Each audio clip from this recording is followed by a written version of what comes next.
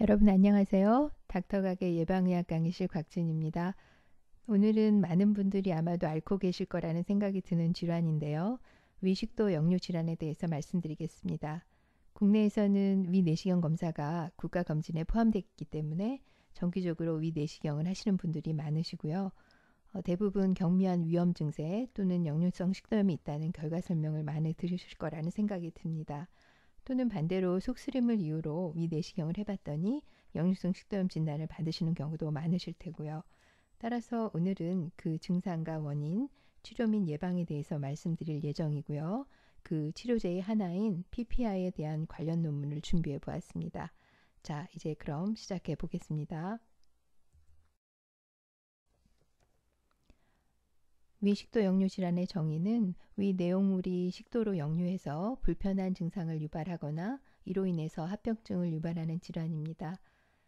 그 원인은 위 속의 내용물이 식도로 역류하는 것이 자주 발생하고 그 기간이 길어지면 역류 증상과 식도염을 유발하는 원인이 됩니다.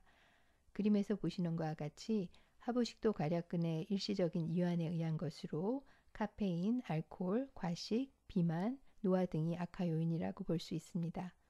역류성 식도염은 이러한 역류로 인해서 식도의 궤양이나 미란 등의 형태학적인 변화가 일어난 걸 의미하는데요. 사진에서 보시는 것처럼 궤양이나 미란의 양상을 보실 수 있습니다. 증상으로는 가슴 쓰림과 산 역류 증상이 전형적인데요. 가슴 쓰림은 합번이라고 알려져 있죠. 자다가도 너무 아파서 병원을 방문하는 경우가 있을 정도로 명치 끝에서 목구멍까지 치밀어 오르는 것처럼 흉골 뒤 가슴에 타는 듯한 증세를 의미하고요. 너무 아파서 심장 질환과 혼돈하는 경우도 있을 정도로 통증이 심한 증상입니다. 두 번째는 산 역류 증상으로 위액이나 위 내용물이 인두로 역류하는 현상으로요. 쉬고 쓴맛을 호소하고요. 다량의 음식을 먹은 뒤 또는 누운 자세에서 자주 발생합니다. 심한 흉통과 더불어서 삼키기 힘듦이라든지 미식거림, 또 인후의 이물감, 그래서 목에 무엇인가 껴있다라고 자주 호소하시고요. 이유를 모르는 만성 기침 또는 쉰목소리 등이 산 역류로 인한 증세가 될 수 있겠습니다. 이 질환의 진단과 검사에 있어서는요.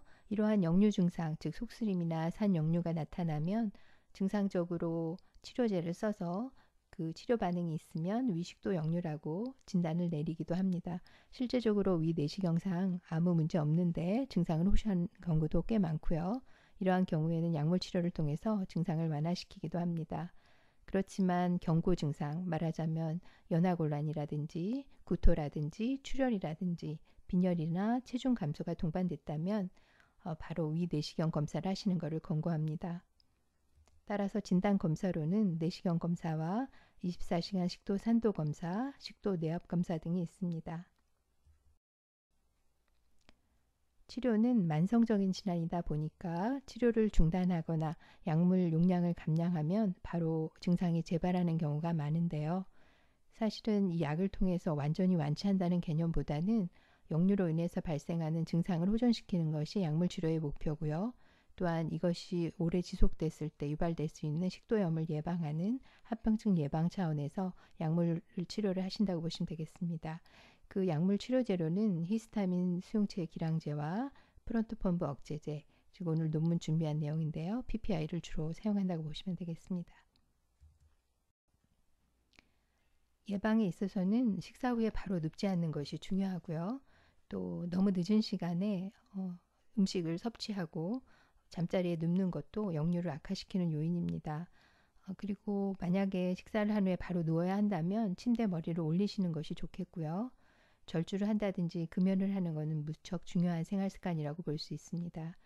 또한 기름진 음식은 위 내에서 음식물이 오래 머물게 하기 때문에 역류를 악화시키고요.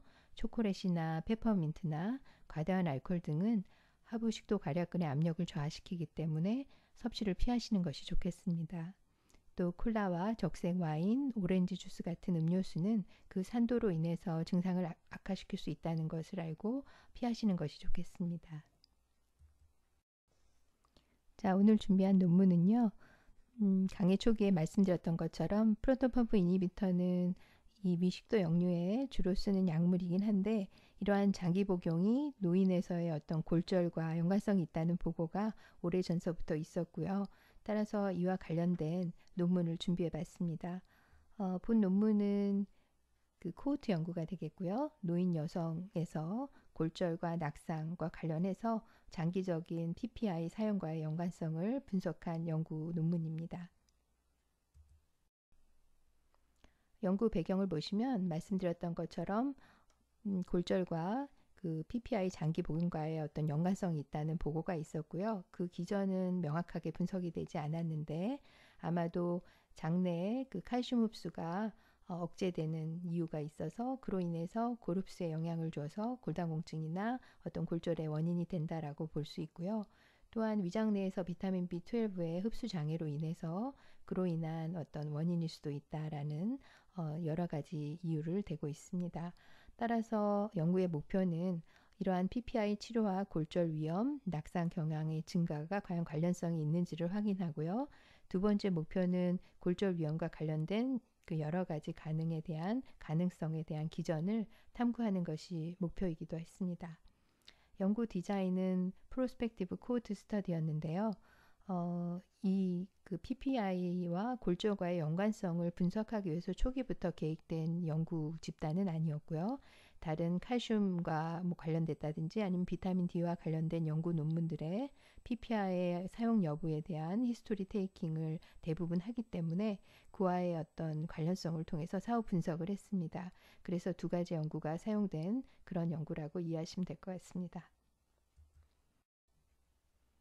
자, 연구 논문의 베이스라인 자료를 보시면 스터디 1의 경우에 있어서 그 참여자 수는 1년 미만 그 PPI를 사용했거나 아니면 전혀 사용하지 않은 대상자가 905명이었고 1년 이상 사용한 경우가 한 120명 정도 해당이 됐습니다. 두 번째 연구에서는 PPI 사용하지 않은 군은 554명, 또 장기 사용한 군은 132명으로 구성되어 있었습니다. 두 군이 여러 가지 요인에 의해서는 큰 차이 없이 할당이 되었는데 그렇지만 그 첫 번째 연구 같은 경우는 BMI나 신체 활동 또 신경계 관련 약물에 있어서는 약간의 차이가 있었고요. 두 번째 논문에서도 연령에서 약간 차이가 있었고 신경계 관련 약물에 있어서도 약간의 차이를 갖고 있었습니다. 자, 연구 결과를 보시면 PPI를 장기 복용한 군과 1년 미만 또는 거의 사용하지 않은 군의 비교에 있어서 왼쪽 그래프 같은 경우는 낙상이 되겠는데요. 낙상의 경우 그 PPI 장기 복용군이 그렇지 않은 군에 비해서 현격하게 낙상의 어떤 퍼센테이지가 높은 것을 확인해 볼 수 있고요. 오른쪽 그림 같은 경우는 골절의 양상입니다. 골절 같은 경우도 그 PPI를 사용하지 않은 군과 장기 복용한 군 사이에서의 갭을 통계적으로 의미 있게 볼 수 있었습니다. 자, OR 값으로 분석한 그림인데요. 낙상에 있어서 그 PPI를 사용하지 않은 군에 비해서 PPI를 장기 복용한 군은 OR 값이 1.95로 95% 이상 낙상의 위험이 증가하는 것을 볼 수 있고요. 골절의 위험은 OR 값이 2.17로 2배 정도의 위험이 증가하는 것을 통계적으로 의미 있게 볼 수 있었습니다. 아까 연구 목표에서 두 번째 목표가 그러면 이러한 골절과 그 PPI 장기 복용과의 기전은 과연 무엇인가를 확인해 보는 것이라고 했는데요. 그 방법으로는 두 군의 덱사와 또는 초음파를 사용해서 골밀도 분석을 했는데 두 군에서는 큰 차이가 나타나지 않았고요. 그렇지만 혈중에서 비타민 B12의 레벨을 보는 데 있어서는 PPI를 치료한 군에서 현격하게 낮은 것으로 나타났습니다. 따라서 결론으로 말씀드리면 PPI 치료가 장내 칼슘 흡수를 막아서 골밀도를 감소시킬 것으로 예상했으나 본 연구에서는 덱사나 초음파 검사상 차이를 발견하지는 못했고요. 반면 장기간의 비타민 B12의 결핍이 메갈로블라스틱 빈혈 또는 신경계 문제를 일으켜서 보행장애, 근육 약화, 인지장애, 시력장애를 유발시킨다라고 보고 있었습니다. 결론적으로 노인 여성에서 지속적인 PPI의 치료는 낙상의 위험을 증가시켜서 골절 위험을 증가시키기 때문에 이미 낙상의 위험이 높은 이러한 연령군에서는 PPI 처방에 신중을 기해야 한다라고 제안하고 있습니다. 자, 오늘 강의 잘 이해하셨나요? PPI는 위식도 역류뿐 아니라 위염 등 다른 위장약으로도 그 효과가 우수해서 많이 사용되고 있는 약물입니다. 특히 노인 인구에서는 많이 사용되고 있는 약물 중 하나인데요. 본 논문 결과의 근거로 보자면 골다공증 위험이 있는 군에서는 더욱 신중한 사용이 요구된다라고 판단이 됩니다.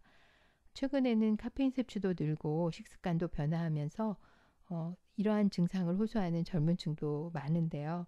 우리 모두 식습관 관리라든지 생활습관 관리를 통해서 위장 건강 관리에 신경 쓰시기 바랍니다. 오늘 강의 들어주셔서 너무 감사드리고요. 다음 시간에 다시 찾아뵙겠습니다.